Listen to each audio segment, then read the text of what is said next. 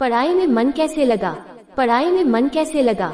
कई बार हमारे साथ ऐसा होता है कि जब हम पढ़ाई करने बैठे हैं तो हमें नींद आने लगती है, मन भटक जाता है या फिर पढ़ाई करने की इच्छा नहीं होती। परीक्षा के समय जो हमने पढ़ा होता है वो हम भूल जाते हैं। कोविड-19 के माहौल में पढ़ाई करना बहुत कठिन हो गया है, क्योंकि घर बैठे बैठे हमारा पूरे दिन का रूटीन खराब हो चुका है।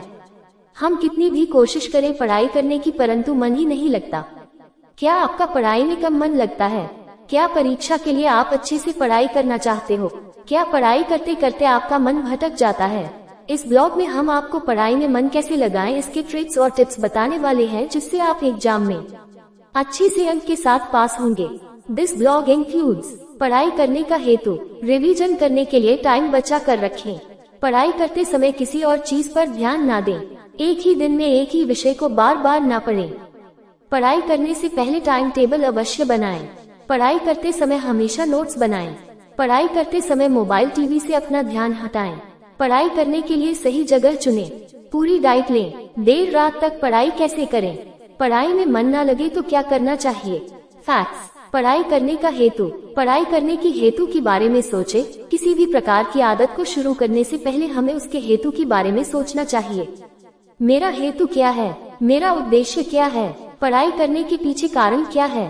पढ़ाई करने से मुझे क्या मिलेगा? पढ़ाई करना क्यों जरूरी है? ये सारी बातों के बारे में हमें सोचना चाहिए। आपको सभी सवालों के जवाब मिलेंगे तो आपको पता चलेगा कि पढ़ाई नहीं करूंगा तो मैं फेल हो जाऊंगा, मुझे क्लास टॉपर बनना है। अगर हमें किसी भी चीज का उद्देश्य पता होता है तो हम वह काम मन लगाकर करते हैं। अंतिम में हमें सफलता जरूर मिलती है। ठीक उसी तरह अगर हम मन लगाकर पढ़ाई करेंगे तो हम जीवन में सफल इंसान जरूर बनेंगे। रिवीजन करने के लिए टाइम बचा कर रखें। पढ़ाई करते समय उससे रट्टा बिल्कुल भी ना मारे, क्योंकि रट्टा मारी हुई चीज हम भूल जाते हैं। पढ़ाई करते समय हमेशा विषय को समझने की कोशिश करें। विषय को अच्छे से समझने के बाद उसे अपनी भाषा में लिखने की प्रैक्टिस करें। जो चीज हम समझकर पढ़ते हैं वह सीधे हमारे माइंड में स्टोर हो जाती है। हमेशा एग्जाम के पहले रिवीजन के लिए टाइम बचा कर रखें। रिवीजन करने से जो भी पढ़ा होता है वह दोबारा याद कर सकते हैं। पढ़ाई करते समय किसी और चीज पर ध्यान ना दें। जब हम पढ़ाई करते हैं तभी टीवी या मोबाइल का इस्तेमाल बिल्कुल भी ना करें। एक ही समय में एक ही काम करें। पढ़ाई करते समय अगर हम टीवी या मोबाइल का इस्तेमाल करते हैं तो हमारा माइंड डिस्टर्ब हो जाता है। जो भी पढ़ा होता है वह हम भूल जाता है।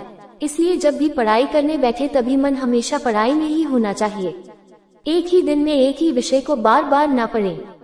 पूरे दिन में एक ही विषय को बार बार नहीं पढ़ना चाहिए, क्योंकि अगर हम एक ही विषय को लेकर बैठे हैं तो हमें उस सब्जेक्ट पढ़ने से बोरिंग लगने लगता है, आलस आने लगती है।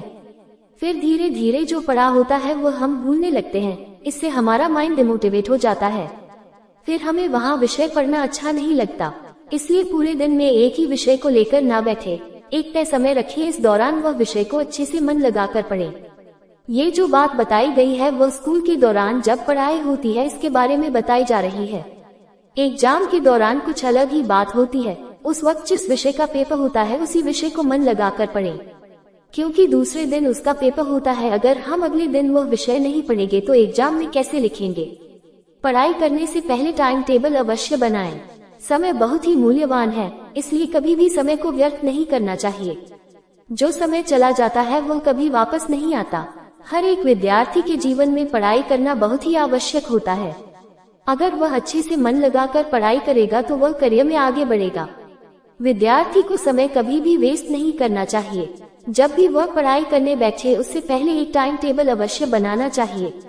टाइम टेबल में हर एक विषय को तय समय देना चाहिए। टाइम टेबल के अनुसार ही पढ़ाई करनी चाहिए। इससे हमारा समय भी व्यर्थ नहीं होता और हमारा विषय भी अच्छे से याद हो जाता है। पढ़ाई करते समय हमेशा नोट्स बनाएं।